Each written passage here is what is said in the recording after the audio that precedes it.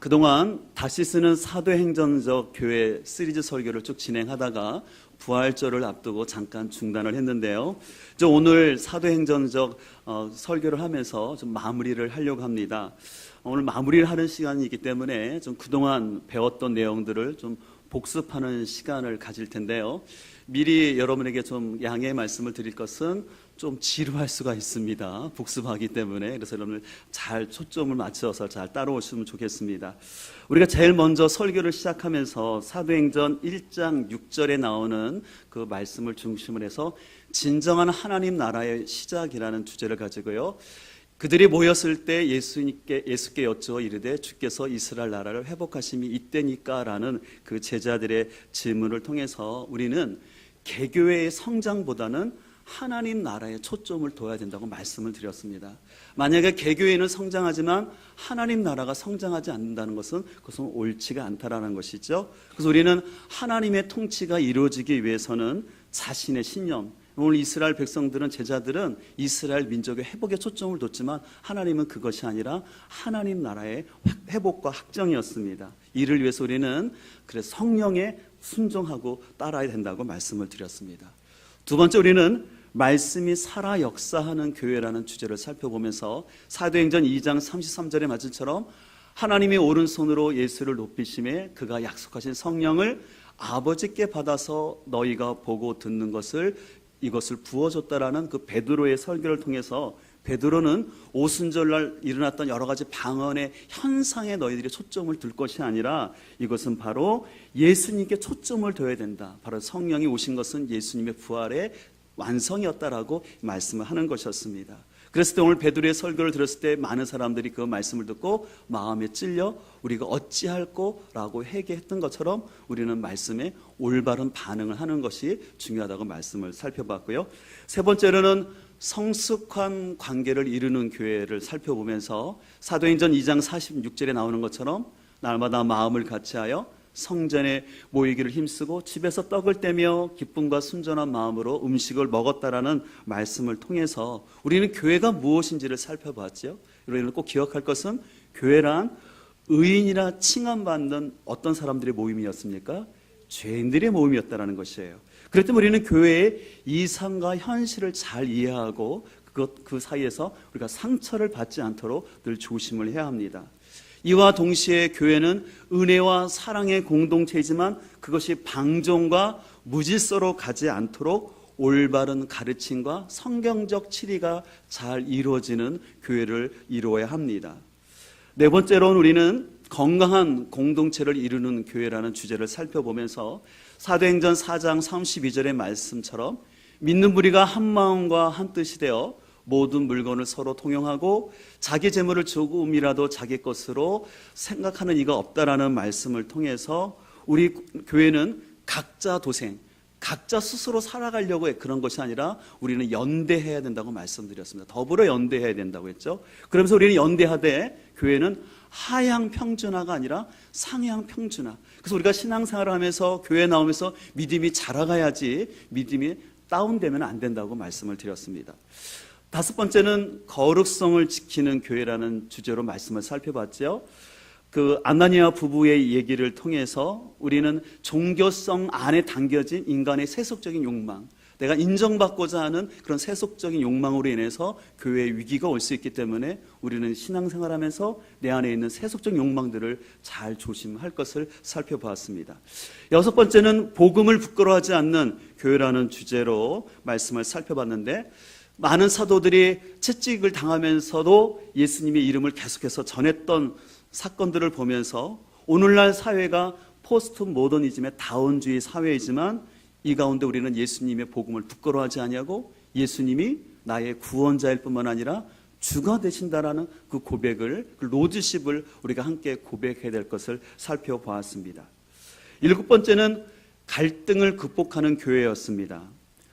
사도행전 6장에 나오는 그 초대교회가 부흥함으로 인해서 많은 또 사람들이 몰려옴으로 인해서 헬라파와 히브리파 그 여인들 가운데 갈등이 생겼은 것을 보면서 교회 안에는 당연히 많은 사람들이 오기 때문에 갈등이 불가피하다라는 것을 이해를 해야 되고, 중요한 것은 갈등이 생겼을 때 우리는 역지사지의 입장에서 살펴봐야 한다고 말씀을 드렸죠. 그리고 때때로 어떤 원망과 불평의 소리가 나왔을 때 그 소리보다는 기도의 소리가 더 높음으로 인해서 그 원망과 불평을 잠재우는 것이 필요하다고 함께 살펴보았습니다.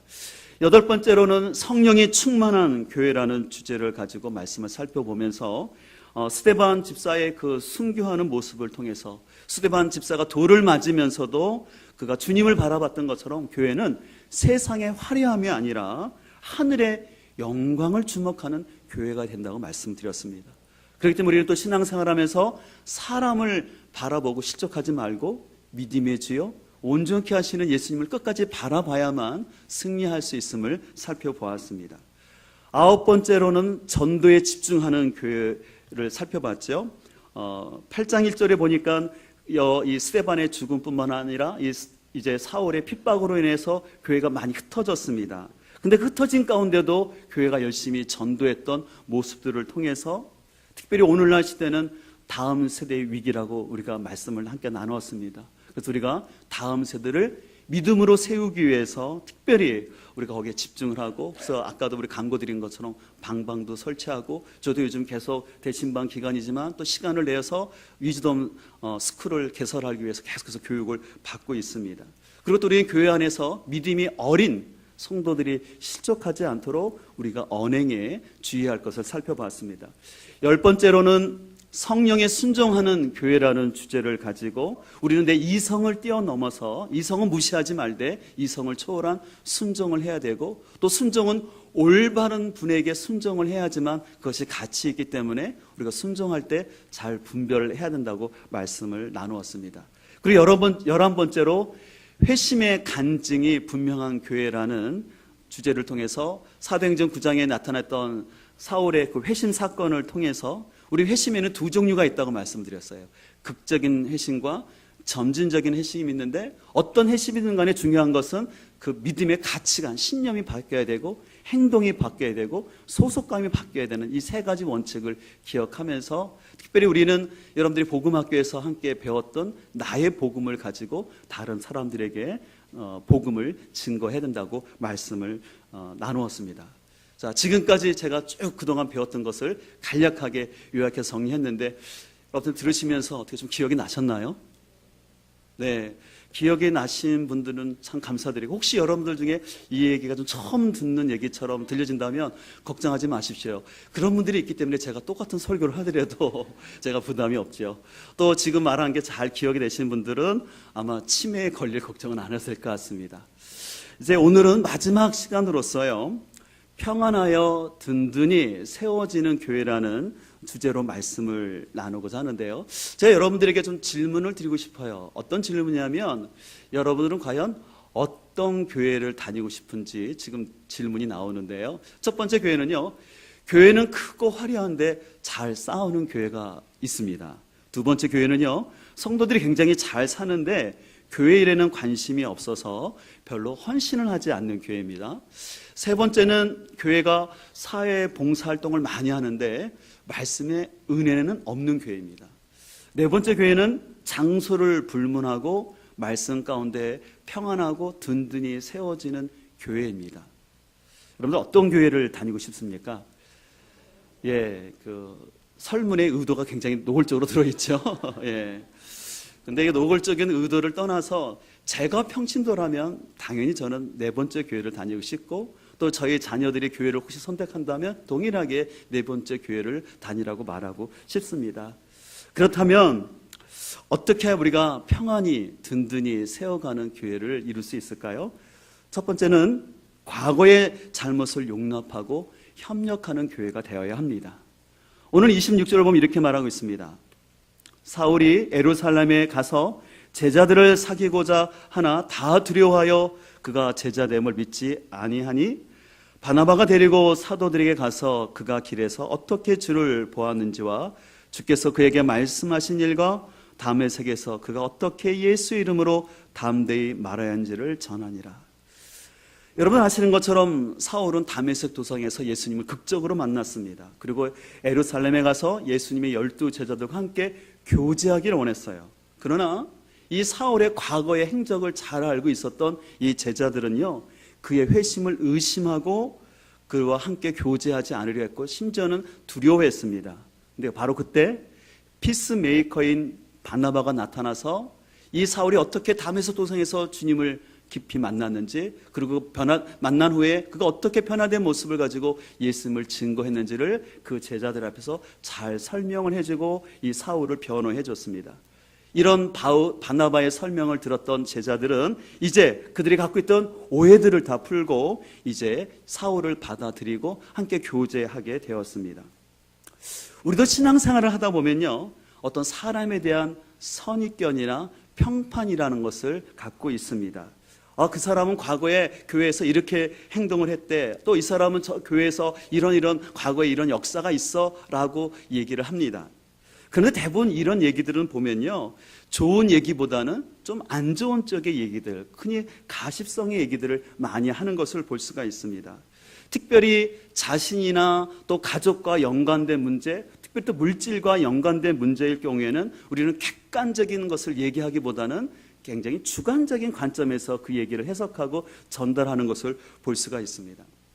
제가 전에 교회에서 사역을 할 때 어느 부부 집사님을 잘 알고 있었는데 아주 신실한 부부 집사님인데 어느 날 갑자기 여자 집사님이 저한테 와서 상담을 하는 거예요. 그래서 자신의 고민을 털어놓는데 그래서 남편의 그런 연약한 부분들을 쭉 얘기하는데 제가 그 얘기를 들으면서 깜짝 놀랐어요. 남편 집사님이 저렇게까지 아내를 힘들겠나? 라고 생각을 했죠. 그래서 그 얘기를 듣고 좀 한참 지난 다음에 제가 적당한 기회를 봐서 식사를 하면서 그 남편 집사님 만나면서 자연스럽게 얘기를 하게 되었어요. 근데 제가 자연스럽게 얘기를 하면서 제가 깜짝 놀랐는데요, 제가 그 남편 집사님 얘기를 듣다 보니까 이 남편이 더 불쌍해지는 거예요. 말을 듣다 보니까는 제가 좀 전문용어를 써서 죄송하지만 니은자에다가 니읒을 붙이고 싶었어요. 무슨 말인지 잘 이해를 못한 것 같은데 여자에다가 니은이었습니다. 그래서 제가 거기서 한 가지 중요한 것을 깨달았어요. 사람은 절대 한쪽 말만 들으면 안 되구나. 양쪽 말을 들어봐야지 오해를 하지 않지. 제가 만약에 그 한쪽 여집사님 얘기만 듣고 그 남편을 막 뭐라 그랬다면 제가 큰 실수할 뻔한다는 것을 제가 깨닫게 되었어요. 제가 그것을 계기로 해서는 특별히 제가 상담을 공부하면서 그 부분에서는 아주 제가 조심을 하려고 해요. 그래서 상대방의 입장이 다르기 때문에 다 얘기를 들어보고 잘 판단을 해야 된다는 것이죠. 그러나 막상 우리는 교회 생활하면서 양쪽의 말을 잘 들으려고 하는 것이 아니라 나와 가까운 사람의 얘기를 일방적으로 듣게 되고 그것을 가지고 내가 오해를 하고 또 그 말들이 이렇게 전해지다 보면은 또 그것이 어떻게 보면 부풀려져서 문제를 일으키는 것을 종종 볼 수가 있습니다. 그래서 우리가 신앙생활을 하면서 우리가 이런 부분에서 잘 조심을 해야 될 필요가 있는 것 같습니다. 그리고 교회 다니면서 우리 성도들이 이렇게 시험을 드는 것들도요, 어떤 큰 문제 때문에 시험 드는 게 아닌 것 같아요. 어떤 큰 질병이나 사업이 망해서 시험 들기보다는 그 성도 간에 돌고 있는 사소한 말, 어떤 오해들, 또 그런 것들이 작은 발단이지만 그것을 잘 해결하지 못함으로 인해서 많은 시험이 드는 것을 볼 수가 있습니다. 그러다 보면 이런 시험은요, 믿음이 어린 사람만 드는 것이 아니라 실은 교회를 오래 다닌 사람도 직분이 있는 사람도 시험에 들 수 있는 문제라는 것입니다. 그래서 과거에는 그렇게 충성스럽게 또 봉사하시던 분들이 사소한 말 한마디 때문에 시험이 들어서 그것을 극복하지 못하고 심지어는 교회를 떠나는 분들도 있을 수 있고요. 또 교회가 개척돼 그렇게 힘들 때는 교회를 지키고 으쌰으쌰해서 교회를 잘 지키던 분들이 진짜 아주 자그마한 일에 오해를 해서 또 마음을 닫고 또 성도 간에 담을 쌓는 경우도 있습니다. 또 교회가 성장하면서 또 새로운 사람들이 들어오고 일꾼들이 세워지는 과정 속에서 기존에 봉사하고 충성했던 사람들이 왠지 모를 느끼는 그 서운함과 소외감을 가지고 또 그것이 마음의 시험거리가 돼서 또 넘어지는 사람도 있는 것을 볼 수가 있습니다. 그래서 제가 한 가지 깨달은 것은요, 사람은요 절대 바위 위에 걸러서 넘어지지 않는다는 거예요. 바위가 아니라 뭡니까? 작은 돌뿌리에, 눈앞에 보이지 않는 작은 돌뿌리에 건너서 넘어지는 거예요. 그렇기 때문에 여러분들도 우리가 신앙생활 하시면서 잘 살펴서 내 삶을 가로막고 있는 작은 돌뿌리가 무엇인지를 살펴서 그것 때문에 여러분들이 넘어지지 않기를 간절히 소망합니다. 그리고 여러분들이 여러분의 자신의 믿음의 성장을 위해서라도 혹이라도 여러분이 상처되는 말이나 안 좋은 말을 들었다 할지라도 여러분들이 그 사람들을 잘 용납할 수 있기를 소망합니다. 왜냐하면 용납하는 길이 내가 영적으로 성장하는 길입니다. 근데 내가 용납하지 못하고요, 그 작은 말을 내 마음에 계속해서 담아두고 있으면은요, 그 사람은 나를 의식하지도 않았는데 내가 전에 들은 말 때문에 내 마음에 담고 있으면 오히려 그 말이 나를 넘어지게 한다는 것을 기억하시고, 여러분들이 상처되는 어떤 말을 들었을지라도 그 말들을 용납하고 잘 흘려보낼 수 있기를 소망합니다. 그래서 오늘 28절은 이렇게 말합니다. 사울이 제자들과 함께 있어 에루살렘에 출입하며 또 주 예수의 이름으로 담대히 말하고 헬라파 유대인들과 함께 말하며 변론하니 그 사람들이 죽이려고 힘쓰거늘 형제들이 알고 가이사라로 데리고 내려가서 다소로 보내니라. 이제 초대교회가 이제 사울을 용납하고 함께 복음을 협력했습니다. 근데 이렇게 사울이 열심히 복음을 전하자 정통 유대인들이 이 사울의 복음 전함을 싫어해서 어떻게 했어요? 죽이려 했어요. 근데 이 사실을 안 동료들이 어떻게 했습니까? 사울을 잘 보호해서 그의 고향인 다소로 보내줬어요. 여러분, 만약에 이 초대교회의 성도들 가운데 바울을 용납하는 마음이 없었다면 어떤 사람들은 이때 방관함으로 인해서 오히려 사울을 힘들게 할지 모르겠어요. 그러나 그들은 과거의 일은 잊어버리고 그들이 복음을 해서 협력함으로 인하여서 이 사울을 보호함으로 인해서 사울이 나중에는 하나님의 복음을 해서 더 큰 위대한 지도자가 된 줄 믿습니다. 이런 것을 통해서 우리는 다시 한번 우리의 성장을 위해서 여러분들 마음에 상처되고 불편한 것들을 다 흘려보내시고 주님 안에서 협력하며 나갈 수 있는 우리 모두가 되길 소망합니다. 두 번째로 우리는 평안함과 주를 경외함이 균형을 이루는 교회를 이루어야 합니다. 오늘 31절 말씀을 한번 같이 읽도록 하겠습니다. 그리하여 온 유대와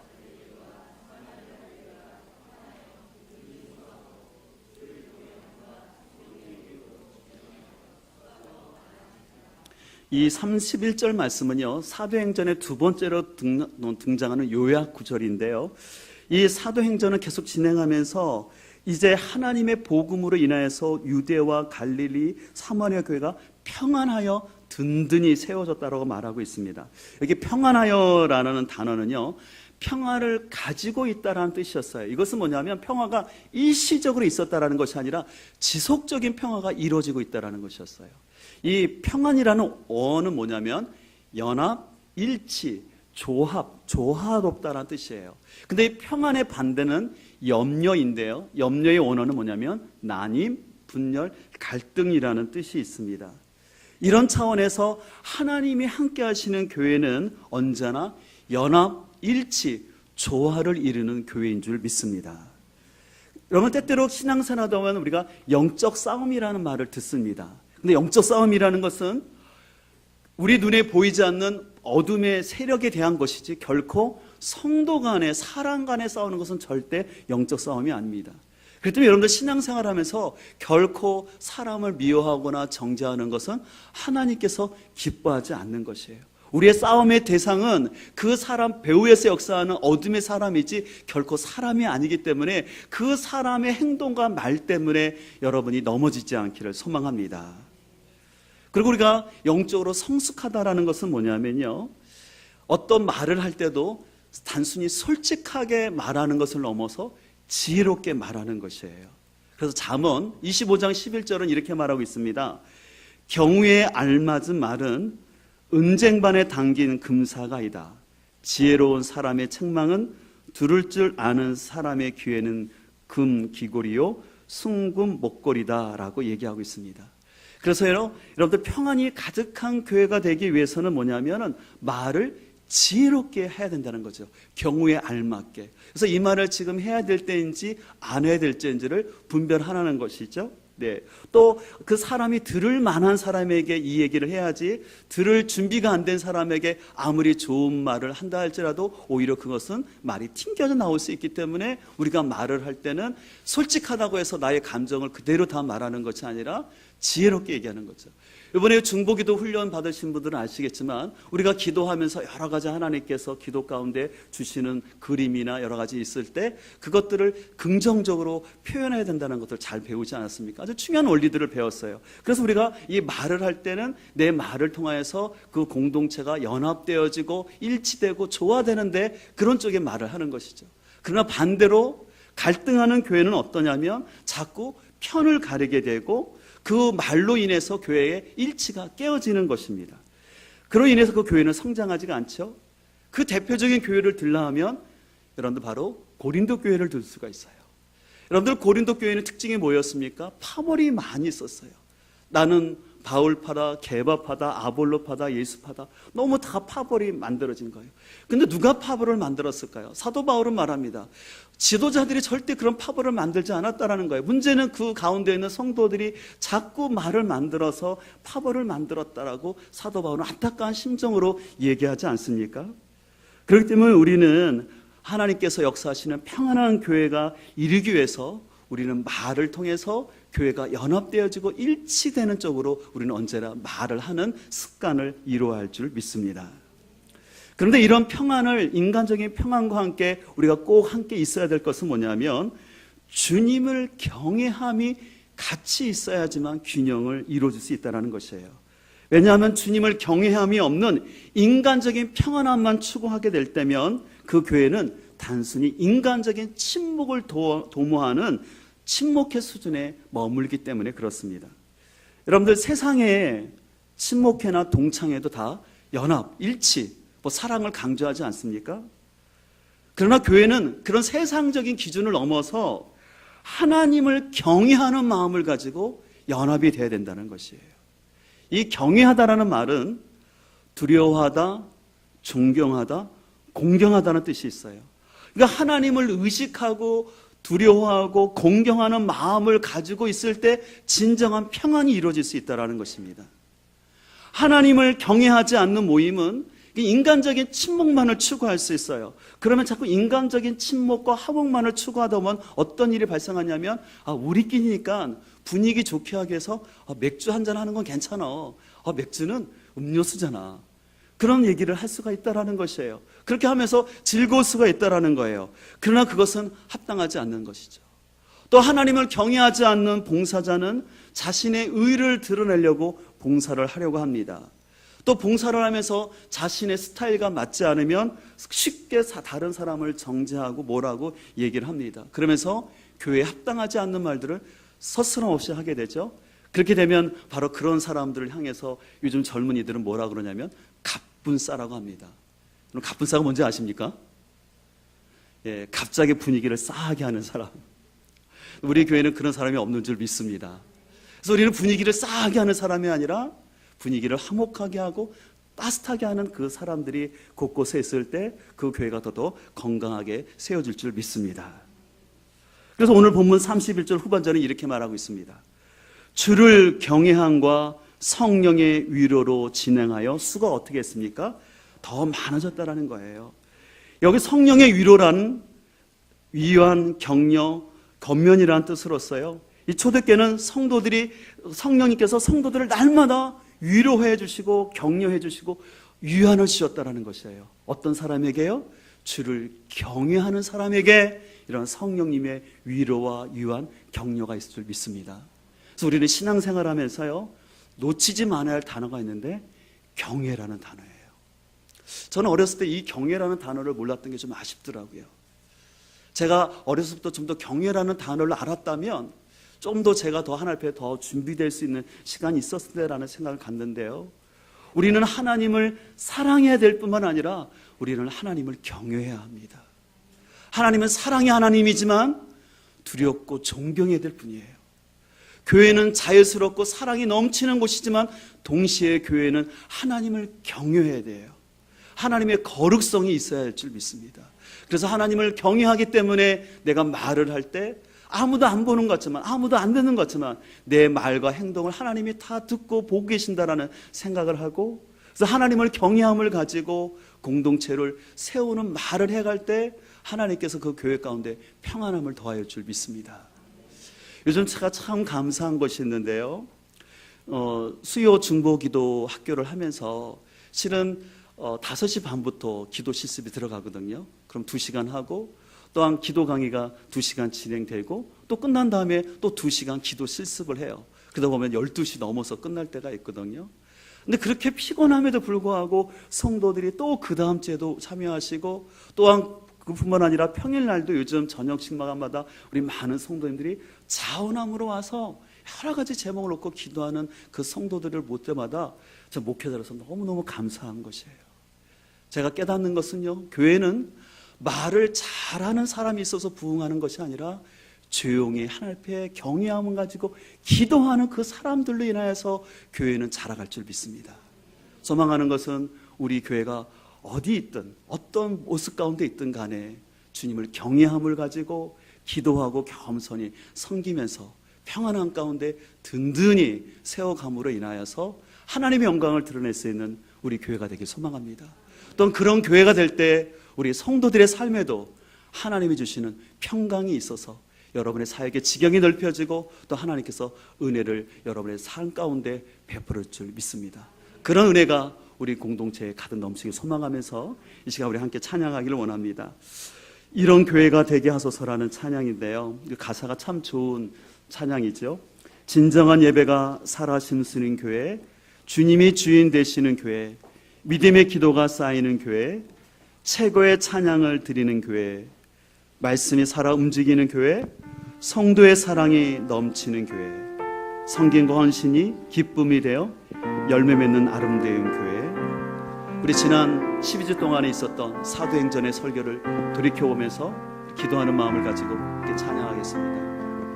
진정한 예배가 숨쉬는 교회, 주님이 주인 되시는 교회, 믿음의 기도가 쌓이는 교회, 최고의 찬양을 드리는 교회, 말씀이 살아 움직이는 교회, 성도의 사랑이 넘치는 교회, 섬김과 헌신이 기쁨이 되어 열매 맺는 아름다운 주님의 마음 담겨 소망합니다.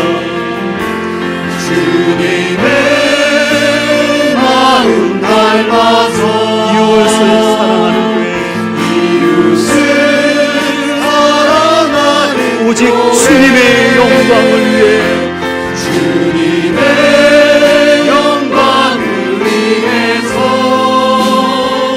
빛 대신 주님 전하는 교회,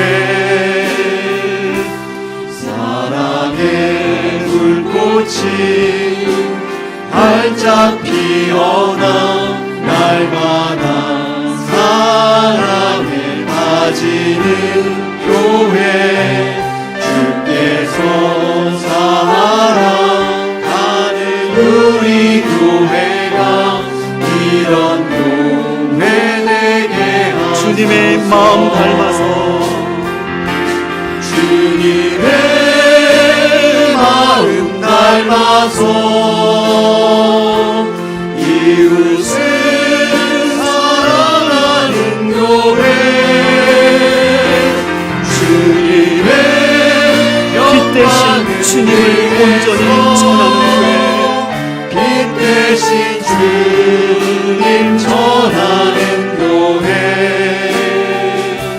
사랑의 불꽃이 활짝 피어나 날마다 사랑에 빠지는 교회, 주께서 사랑하는 우리 교회가 이런 교회 되게 하소서. 우리 함께 기도할 때 하나님 이 시간 찬양을 드린 것처럼 우리가 그동안 들었던 사도행전적 그 교회를 기억하면서 하나님 아버지, 우리 교회가 평안한 가운데 든든히 세워져 가는 교회가 되기를 원합니다. 이를 위해서 과거의 허물과 부족함을 용납하고 복음을 위해 협력하게 하여 주옵소서. 더욱더 우리 안에 그리스도의 마음을 가지고 섬기게 하여 주시옵소서. 이 시간 오늘 말씀을 기억하면서 함께 기도하며 나가도록 하겠습니다.